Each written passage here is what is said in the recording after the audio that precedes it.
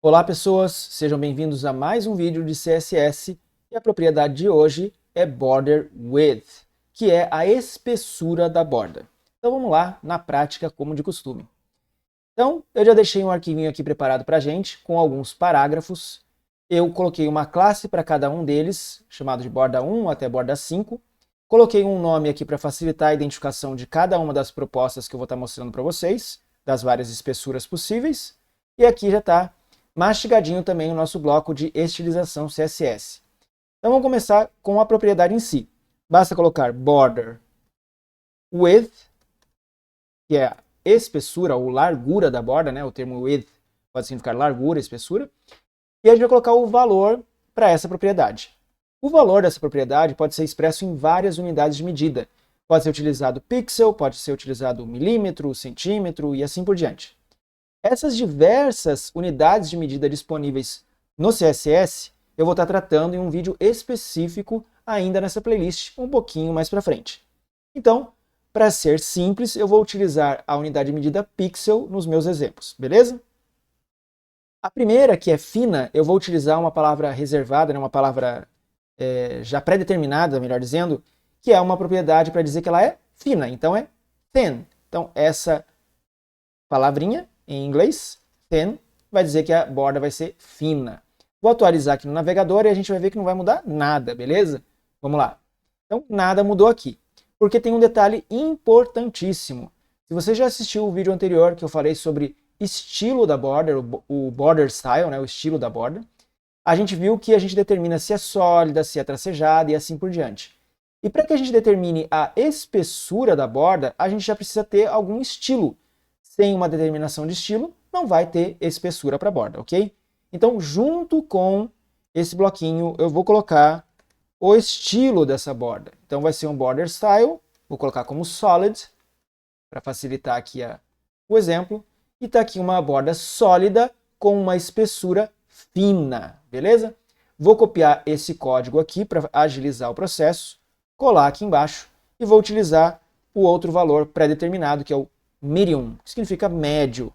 Então vai ser uma borda de espessura média. Vou atualizar aqui, borda de espessura média.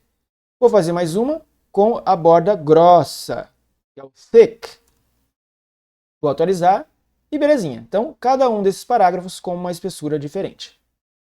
Agora, no próximo, ao invés de utilizar essas palavras já pré-determinadas, agora sim, eu vou colocar com um valor explícito em pixels. Vou colocar 10 pixels de espessura para essa minha borda.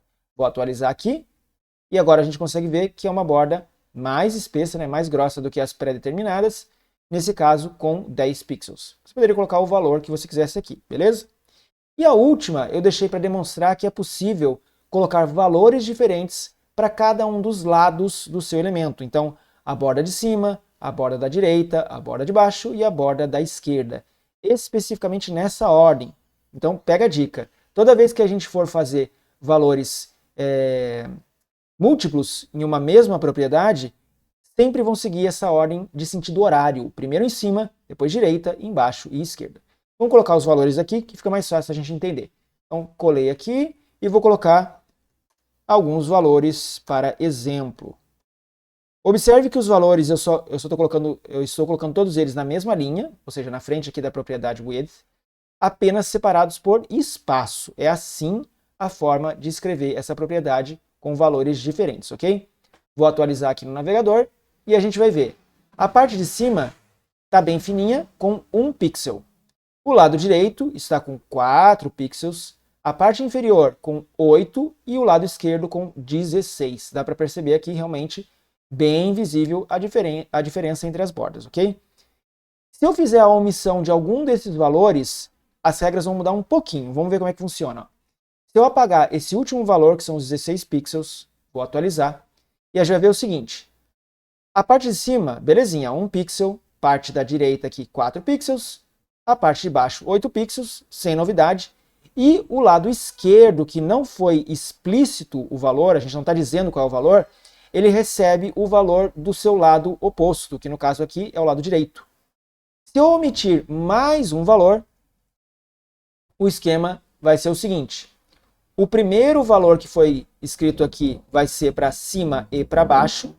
E o segundo valor vai ser para a direita e para a esquerda, ok? Então aqui a gente pode dizer como o 1 pixel no eixo Y, em cima e embaixo, e os 4 pixels no eixo X, direita e esquerda.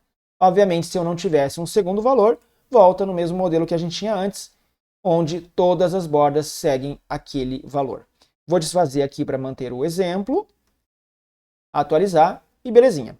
Para fechar o vídeo, vou mostrar como a gente varia agora o estilo junto com essas espessuras.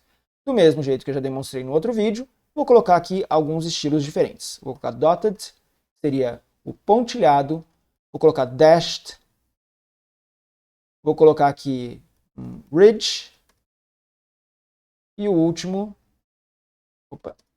vou colocar um groove. Vou atualizar aqui e a gente vê vários estilos de borda, mantendo as espessuras que a gente determinou anteriormente. Então, uma sólida fina, esse pontilhadinho médio, a grossa com tracejado, essa aqui de 10 pixels com esse estilo de frame, né, de borda de quadro, vamos dizer assim, né, que é esse ridge, e essa última aqui com o groove, que é uma outra estilização de borda, beleza? É isso então, qualquer dúvida deixe nos comentários. Não esqueça de se inscrever no canal se você ainda não é inscrito ainda, deixe o seu like, ative o sininho de notificações e a gente se vê no próximo vídeo. Muito obrigado!